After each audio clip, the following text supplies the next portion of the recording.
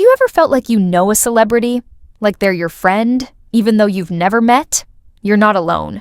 This is the power of parasocial relationships, a psychological phenomenon where we form one-sided emotional bonds with public figures. But why do we feel this way? And when does it cross into unhealthy territory? Let's dive in. Parasocial relationships are emotional connections we form with celebrities, influencers, or even fictional characters, despite having no real interaction with them. The term was coined in 1956 by psychologists to describe the illusion of intimacy fans felt with TV personalities. Today, with social media, these bonds are stronger than ever. Unlike mutual friendships, these relationships are one-sided. You might follow a celebrity's every move, but they don't know you exist. Yet, it feels real, sometimes as real as a close friendship. So, why do these one-sided bonds feel so intense? It's all in your brain. When you watch a celebrity share personal stories or speak directly to the camera, your brain releases dopamine, the feel-good chemical.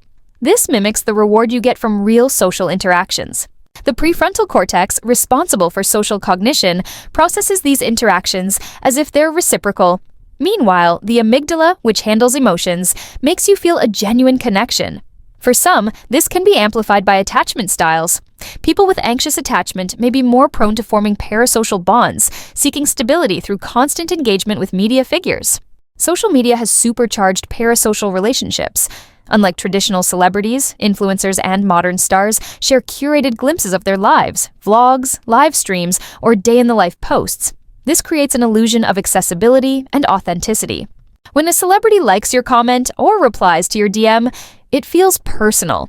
But it's often a strategic move to deepen fan engagement. Studies show that 51% of Americans have likely experienced a parasocial relationship, yet only 16% admit it, highlighting how normalized this has become in the digital age. Parasocial relationships often fuel vibrant fandoms. Fans connect over shared admiration, creating communities through fan art, fan fiction, or even charity drives inspired by their idols. For many, this sense of belonging reduces loneliness and boosts self-esteem. Take K-pop fandoms, for example. Fans engage in fan service activities like streaming music or voting for awards, feeling closer to their idols. These communities can be a lifeline, especially for those who struggle with real-world connections. But there's a flip side.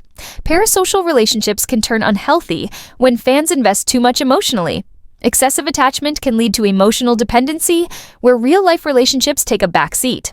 For instance, 9% of Americans report lasting mental health effects from a celebrity's death, like the profound grief felt after Princess Diana's passing in 1997. In extreme cases, this can escalate to celebrity worship syndrome, where fans develop obsessive behaviors, like stalking or unrealistic expectations of reciprocity. Rapper Eminem's song "Stan" vividly illustrates this spiral, showing a fan's descent into dangerous obsession. In extreme cases, this can escalate to celebrity worship syndrome, where fans develop obsessive behaviors, like stalking or unrealistic expectations of reciprocity. Rapper Eminem's song "Stan" vividly illustrates this spiral, showing a fan's descent into dangerous obsession. Celebrities aren't immune to the downsides. The illusion of closeness can lead to harassment or stalking, as fans blur the line between admiration and entitlement. Influencers like YouTuber Colleen Ballinger have faced scrutiny when fans felt betrayed by their actions, highlighting the pressure to maintain a perfect persona. Some celebrities, like Doja Cat, push back against toxic stan culture, rejecting the expectation to cater to fans' emotional demands. This can lead to backlash, but also sparks conversations about boundaries. So, how do we enjoy fandoms without crossing into obsession? First, recognize the one-sided nature of these bonds. Enjoy the entertainment, but prioritize real-life connections. Set boundaries on media consumption. Maybe limit scrolling time or diversify your interests. For parents, talk to kids about digital literacy. Help them understand that influencers curate their lives for engagement, not authenticity. And if you feel overly attached, consider professional support to explore underlying emotional needs. Parasocial relationships are a natural part of our media-driven world. They can inspire, connect, and entertain. But by staying mindful, we can enjoy the magic of fandoms without losing touch with what's real. So, who's your favorite celebrity? And how do you keep it balanced?